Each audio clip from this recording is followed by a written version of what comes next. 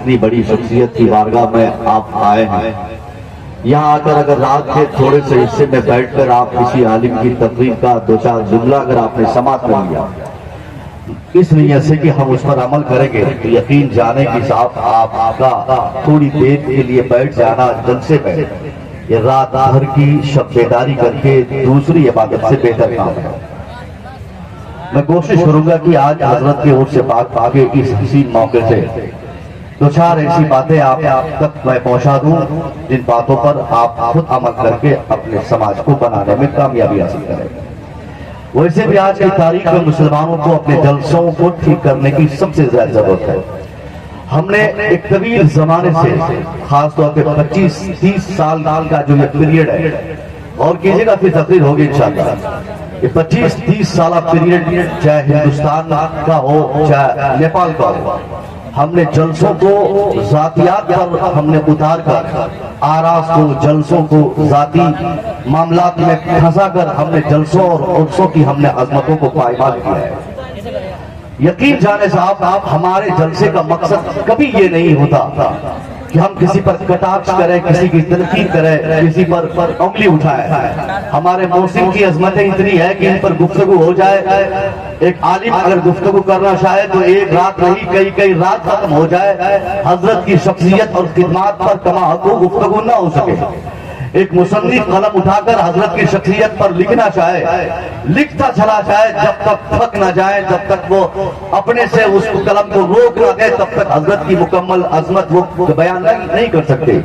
जब हमारी अजमत बयान करने के लिए जुमले कम पड़ जाए, हम क्यों किसी दूसरे की बात करके अपनी जबान खराब करें। मगर हमने हर जगह कोई एक दो जलसा या एक दो उर्स की अगर बात हो तो उसको छुप कर उसको समझा बुझाकर उसको रोका जा सकता है।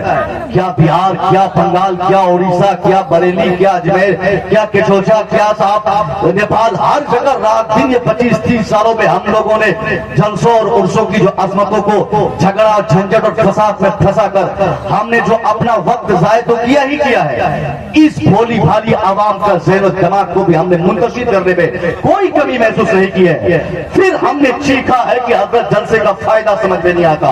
फिर हमने रोकर आंसू घरियालू बहाकर हमने लोगों को ये बताया है कि साहब हमने उर्स में 5 लाख खर्च किया। उस 5 लाख खर्च करने के बाद महंगा 25-25, 30-30 हजार का खतीब और 40-40 हजार का शायर और 50-50 हजार के नकीब बुलाकर हमने चौपट कर दिया। कौम को फायदा नहीं हुआ। साहब गलती आपने की है। कौम की भलाई आपका मकसद नहीं था। आपका मतलब ये नहीं कि आप कौम की अच्छाई और उसकी इस्लाह के लिए आप जलसा करते। आपने जलसे को नुमाइश को मकसद समझा था और वही नुमाइश कराने के लिए आपने ये सब दिया जिसको जलसे से इस्लाम मकसूद होता है। जो इंसान जलसा इसलिए कराता है कि कौम की भलाई, कौम की अच्छाई उसमें छुपी रहे और कौम की इस्लाह हो, बेटियां सुधर जाए, बेटे सुधर जाए, बच्चों में एजुकेशन आ जाए, औरतों में हया आ जाए, बुजुर्गों में समझ आ जाए, मोहब्बत आ जाए, आखिरत की फिक्र आ जाए। इन सारे मुद्दों और इंटेंशन को जो शख्स दिमाग में मलूज़ खातिर रखता है उसके बाद जलसे का इश्तिहार छपवाता है, माइक वाले को, टेंट वाले को, बाजा वाले को दावत देता है, उसके जलसे से 100% इस्लाह होती है, 100% उस जलसे से काम होता है। और जहां उर्स की तकरीब हो, जलसे की तकरीब हो, कॉन्फ्रेंस हो, उसके कराने का मकसद क्या हो कि हम फलाने साहब पर बोलेंगे, हम उनकी अजमत बयान नहीं करेंगे, हम अपनी मुखालिफिन को सामने लाकर उनकी पूरी जिंदगी को आवाम में लाकर उसको हम शलील करने की कोशिश करेंगे। याद रखिए, किसी को शलील करने के लिए सबसे पहले अपनी जबान को, इंसान को गंदा करना पड़ता है, अपना वक्त खराब करना पड़ता है, तज़ियाक़ात होती है, तब जाकर सामने वाले के लिए दो चार उनके जिल्लत भरे जुमले उनके लिए बोले जाते हैं। आज छोड़कर अवामुन्नास से पूरी महफिल में हजरत की मौजूदगी में, हजरत के मज़ार पाक का वास्ता देकर उलमा की मुबारक मौजूदगी में मुसव्वी रज़ा का ये अज़ीम शान पैगाम आपके लिए है। छोड़िए झगड़ा झंझट और बर्बाद होने के लिए आपके पास कुछ नहीं बचा है। सारी चीजें तबाह हो गई, आपके बच्चे मारे जाते, शर्म नहीं आती, बेटियों और बीवियों की इज्जतें लूटी जाती और आप साहब अपने लोगों के चक्कर में पड़े हैं। ये वो है, वो है, ये क्या पीर साहब के चक्कर में पीर साहब की बात लाकर आप आपस में लड़के अपने को काट के अपने समाज को आपने अलग कर लिया है, नहीं, रशीदी, रजवी, खानकाही, अशफी, बरकाती, रजनी, नक्शबंदी, ये सारी चीजें हैं, मगर बात की है हमारे लिए मरकज़ निगाह हमारी जहां पे जाके टिक जाए उसी को मसल के आला हजरत कहते हैं। हमें रजवियत से मतलब नहीं, हमें अशफियत से मतलब नहीं, हमें नक्शबंदियत से मतलब नहीं, हमें बरकातियत से सिर्फ इतना मतलब है कि साहब बरकत खानकाह बरकातियत से मंसूब है। हमें रजवियत से सिर्फ इतना मतलब हो ये साहब खानकाह रजवियत से मुरीद है। हमें अशरफियत से सिर्फ इतना मतलब है ये साहब मखदूम सन्ना की चौकर से मंसूब है। इससे शायद हमारी उससे कोई बात नहीं, कोई मुकाबला नहीं। कोई किसी पीर को माने, कोई किसी खानका को माने, है तो हमारे मानने वाले। हाँ, कोई एक चीज अगर झगड़े की वजह बने तो आप सिर्फ मसलक को झगड़े की वजह बनाए, मसलक को बहस की वजह बनाए। अगर मसल की एतबार से बरकती के अंदर मसलकियत मसल के आला हजरत है, अशरफी अगर मसल के आला हजरत का पैरोकार, नक्शबंदी मसल के आला हजरत का पैरोकार, तो मसल के आला हजरत को मानने वाला अशरफी हमारा भाई, मसल के आला हजरत को मानने वाला बरकती हमारा भाई, मसल के आला हजरत को मानने वाला रज़वी हमारा भाई। और अगर सामने वाला रज़वी हो, बरकती हो, नक्शबंदी हो, वो मसल के आला हजरत को न मानता हो, न जानता हो, न फॉलो करता हो, तब आपको यह हक पहुंचता है उनकी मुखालफत करे, उस पर एतराज करे, उसको समझाए, उसकी इस्लाह के लिए कॉन्फ्रेंस हो जाए। और बाकी अगर मसल के आला हजरत के बाद की कोई बात हो, खानकाही एतबार से, अजाती एतबार से, पीर साहब के एतबार से, किसी आलिम साहब के एतबार से, इमाम साहब के लिए ईदगाह के झगड़े में, मस्जिद के झगड़े में, गांव के झगड़े में, कमेटी के झगड़े में, तो अल्लाह की कसम ये छोटी छोटी बात को लाकर मुश्तरका तौर पर सामने वाले को अपना मुखालिफ समझना, यही कौम की बर्बादी का सबसे पहला रास्ता है।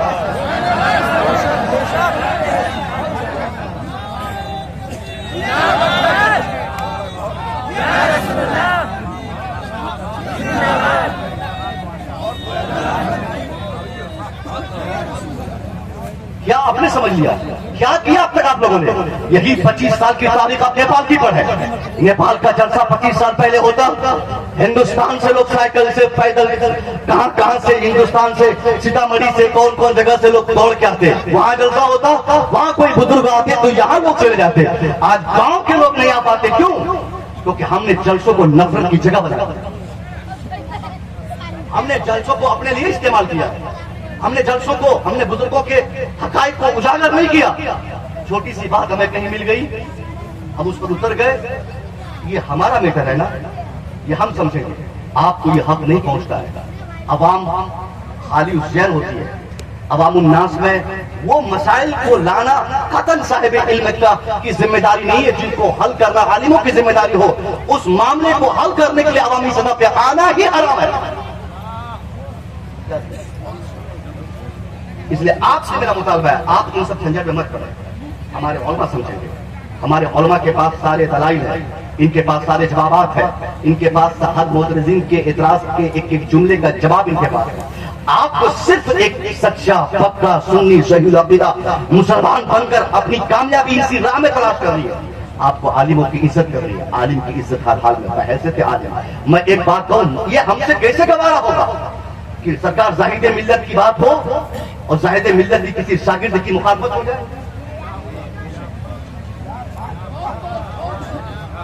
हुजूर जाहिद मिल्लत के किसी एक शागिर्द की मुखालफत, हुजूर जाहिद मिल्लत की जिंदगी पर उंगली उठाना कि हुजूर आपकी तरबियत में कोई कमी थी क्या, कि आपकी दस्तगाह से फैज याफ्ता इतने गद्दार कैसे हो गए? ये तो सोचिए, कम से कम जिस आदमी को मैं पढ़ाऊं वो पढ़ नहीं पाए तो कमी हमारे अंदर होती है ना। हम बिहार में गवर्नमेंट एम्प्लॉयड है, हम लोग अगर किसी बच्चे को फेल करते हैं ना तो हम ही को उस बच्चे के फेल होने की सजा मिलती है, और होती भी यही है। तो इतना तो कम से कम आप समझिए, अब हम ये सब बातें नहीं होनी चाहिए। आप आलिमों की इज्जत करें, एकजुट हो जाए, पूरे समाज को, मुंतशिर समाज को एकजुट करके जो काम कर रहा है उस पर काम करें। आज अपनी बेटी, अपने बच्चे, अपने समाज, अपने माशरे में काम करने के लिए 50 नहीं 50,000 आपके पास रास्ते हैं, उस पर काम करें। उस पर कोई काम नहीं होता है, कहीं काम नहीं हो रहा है। صرف مخالفت، صرف جھگڑا، صرف جھنجٹ، صرف اختلاف، صرف گالی گلوچ، صرف تنقید، صرف کرٹیسن، صرف یہی سب کر کے ہم نے اپنا وقت ضائع کر کے عوام کا بھی وقت ضائع کیا. اللہ کے راستے میں امید کروں گا کہ آئندہ ہم لوگ ان سب چیزوں سے پرہیز کر کے اپنی عوام کو، اپنے لوگوں کو، ان بچوں کو، ان نوجوانوں کو صحیح راہ دکھانے کے لیے ہم اپنے جلسوں کا استعمال کریں گے. جلسوں کے خطاب کے بعد اگر بچے ہمارے بستہ لے کر اسکول نہیں جائے تو یہ جلسے کی ناکامی ہے. جلسے کے اختتام کے بعد بیٹیاں دوپٹہ نہ لگائے، یہ جلسے کی ناکامی ہے. ہمیں لینے کے جو دونوں نیتا جی گئے تھے ان میں سے ایک صاحب یہاں موجود ہے، انہوں نے ایک روشنی ڈالی اور ایک ایسی زبردست دل چھوتی بھی بات انہوں نے کہی. خدا کی قسم جو بات کہنی تھی بحیثیت ذمہ دار کمیٹی کا ایک فرد ہونے کے، انہوں نے مجھ سے کہی کہ حضرت میں آپ سے پوچھوں گا کہ آپ جلسے میں جا کر آپ کیا کر لیں گے، آپ بتائیے مجھے. یہ جملہ یہ بہت واجب جواب سوال تھا ان کا. میں اگر پوچھ لوں حضرت آپ جلسے کی 1 گھنٹے کی تقریر سے آپ کیا کر لیں گے، آپ بتائیے مجھے. میرا جواب نہیں بن پایا سوائے اس کے کہ میں کروں گا.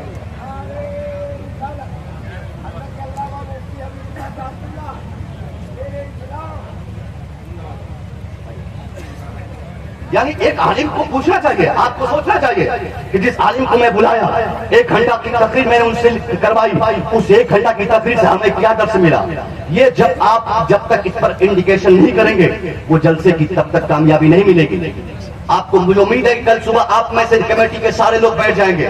کوئی رسید کا حصہ مانگیں گے، کوئی جلد نمبر 5 کا حصہ مانگیں گے، کوئی جلد نمبر 3 کا حصہ مانگیں گے، کوئی بولیں گے فلانے علاقے کا حساب کس کے پاس ہے، کوئی کہیں گے کھانا کھلا کر بچنے والے پیسے کہاں ہے، کوئی کہیں گے صاحب نذرانہ کے بچے میں پیسے کہاں ہے، کوئی کہیں گے 5 سال کے جلسے کا پیسے کہاں ہے. یہ ساری چیزیں آپ کل جلسوں کے کمیٹی کے ہر فرد میں پائی جاتی ہے. جلسے کے 1 ہفتے تک صرف یہی جھگڑا ہوتا ہے کہ 5 لاکھ خرچہ، 5 لاکھ چندہ ہوا، 3 لاکھ خرچہ ہوا، 2 لاکھ بچا، وہ پیسہ کہاں، 10 لاکھ کس کے پاس تھا وہ کہاں، یہ جلد کٹی تھی اس کا حساب کہاں. مگر کمیٹی کے کسی فرد کو یہ توفیق نہیں ہوتی کہ وہ جلسہ یا عرس کے اختتام کے بعد وہ 2-4 لوگ بیٹھ کر یہ طے کریں کہ ہم نے جو 5 لاکھ خرچ کیا جلسے میں پانی کی تو پیسہ بہایا، عرس کے نام پہ پیسہ بہایا، اس 5 لاکھ کے خرچے کا نتیجہ کیا ملا، کتنی بیٹیاں سدھری، کتنے بیٹے سدھرے، علم پر کتنا کام ہوا، حیا پر کتنا کام ہوا، جہالت کو سماج سے دور کرنے کے لیے ہم نے کتنی کوشش کی. اس پر کوئی توجہ نہیں دی جاتی. صرف پیسے کا حساب، ٹینٹ کا حساب، مائک کا حساب، خطیب کا حساب مانگا جاتا، مگر اس کا حساب نہ کوئی لیتا نہ کوئی دیتا کہ ہم سدھرنے کے لیے کتنا تیار ہوئے.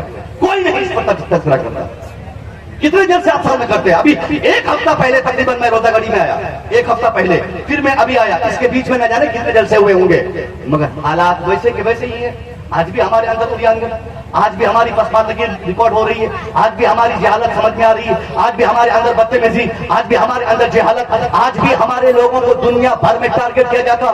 ان سارے مدوں پر کام کرنے کی آج سخت ترین ضرورت ہے. ہم جب تک ہر محاذ پر کامیابی کے لیے 3 اسٹیپس ہوتے ہیں، میں نے اشرفیہ میں ایک مثال بتایا تھا. ہر کامیاب قوم کے لیے 3 راستے ہوتے ہیں. سب سے پہلا راستہ متحد ہونا، یونٹی سب سے پہلا راستہ ہے. یعنی وہ قوم تب تک کامیاب نہیں ہو سکتی جس قوم میں جب تک اتحاد نہیں آ جائے، یونٹی نہیں آ جائے، تب تک وہ قوم کامیاب نہیں ہوگی. دوسرا راستہ کامیابی کے لیے ایجوکیشن، یعنی اس قوم میں یا تو یونٹی رہے یا پھر یونٹی بھی رہے اور ایجوکیشن بھی رہے. ایجوکیشن ہو یا یونٹی، دونوں میں سے کوئی ایک ہو. اور تیسرا راستہ پولیٹکس کا ہو، سیاست کا ہو. یہ 3 عظیم راستے اس شتابدی میں مانے جاتے ہیں. ہر کامیاب قوم کے لیے یا تو وہ ایجوکیٹڈ ہو تو کامیاب ہوگی، یا وہ صاحب یونائٹڈ ہو تو کامیاب ہوگی، یا وہ قوم صاحب پولیٹیکلی زندہ ہو تو کامیاب ہوگی. میں آپ سے پوچھتا ہوں ان 3 آپشنز میں، ان 3 راستوں میں کون سا راستہ ہے جس راستے کا مسافر نیپال کا مسلمان، ہندوستان کا مسلمان، دنیا بھر کا مسلمان ہے؟ میں دعوے سے کہہ سکتا ہوں پولیٹیکلی اگر وہ دنیا بھر کے مسلمانوں کا جائزہ لیا جائے تو سب سے زیادہ ٹوبر اور غریب پولیٹکس میں اگر کوئی قوم پوری دنیا میں نظر آتی ہے وہ قوم مسلم ہے. مسلمانوں کی حیثیت آج دنیا بھر میں سیاسی اعتبار سے سب سے زائد پسماندہ ہے. سیاست کے میدان میں مسلمانوں کا کوئی اثر و رسوخ، کوئی پہچان نہیں. تو پتا چلا ترقی کا جو پہلا اور مضبوط راستہ سیاست کا ہوتا ہے اس راستے میں ہم پچھڑ گئے. اب بچے 2 راستے، ایک راستہ ایجوکیشن کا ہے اور دوسرا راستہ اتحاد کا ہے. اتحاد کی اگر بات کی جائے تو اتحاد کے تناظر میں آج دنیا بھر میں چاہے نیپال ہو، چاہے ہندوستان ہو، چاہے پاکستان ہو، انڈونیشیا ہو، چاہے بنگلہ دیش ہو، دنیا بھر میں مسلمان جہاں رہتا ہو، مسلمان کو آج پوری دنیا میں کہنے کو صاحب 150 کروڑ ہے، کہنے کو 157 ممالک ہمارے ہیں، مگر ایک گاؤں میں مسلمان آج ایک نہیں، ایک خطے میں مسلمان ایک نہیں، ایک علاقے کا مسلمان ایک نہیں۔ مطلب کیا ہوا؟ مسلمان ہے نیپال میں، مسلمان ہے بھارت میں، مسلمان ہے انڈونیشیا میں، مسلمان ہے امریکہ میں، مسلمان ہے جرمن میں، مسلمان ہے جاپان میں، مگر مسلمان ہے، فکر ان کی اسلامک نہیں، فکر ان کی اچھی نہیں، نظریہ ان کا ایک نہیں۔ نظریاتی اعتبار سے دنیا بھر کے مسلمانوں میں اختلاف ہے، ہر علاقے میں۔ پہلے تو سات اور علاقے اور زبان کے اعتبار سے اختلافات لوگ کرتے تھے، مگر موجودہ دور میں ہم لوگوں نے ایک نئی صورت دیکھی ہے، شخصیت کے نام پہ، مسجد کے نام پہ، مدرسے کے نام پہ، قبرستان کے نام پہ، مولوی صاحب کے نام پہ، امام صاحب کے نام پہ، پیر صاحب کے نام پہ، خانقاہ کے نام پہ۔ آج ہندوستان شہید دنیا بھر میں، چاہے نیپال کا ہو، ہر جگہ ہم نے ایک نئی جہاد کے اختلاف کی دے کر اپنے سماج کی ریڑھ کی ہڈی کو ہم نے توڑ دیا ہے۔ یہی ناکامی کی سب سے بڑی وجہ ہے۔ اسی وجہ سے آج ہم نیپال میں پٹتے، آج ہم ہندوستان میں ذلیل ہوتے، آج ہم دنیا بھر میں مارے جاتے۔ آپ کے پاس ایک ہی راستہ ہے، آج دنیا بھر کے مسلمان ایک فکر کے مسلمان بن کے مسلک اعلیٰ حضرت کو چلنا اپنے لیے لازم و ضروری سمجھ لے۔ انشاءاللہ اتحاد کے تناظر میں بھی مسلمانوں کو کامیابی مل جائے گی۔ مسلک اعلیٰ حضرت ایک ہوتا ہے نا پوائنٹ، کس پوائنٹ سے کو شروع کر رہا ہے؟ ہمارے لیے پوائنٹ مسلک اعلیٰ حضرت، ہمارے لیے صاحب مرکز مسلک اعلیٰ حضرت، بس یہیں سے ہم لے کر نکلے۔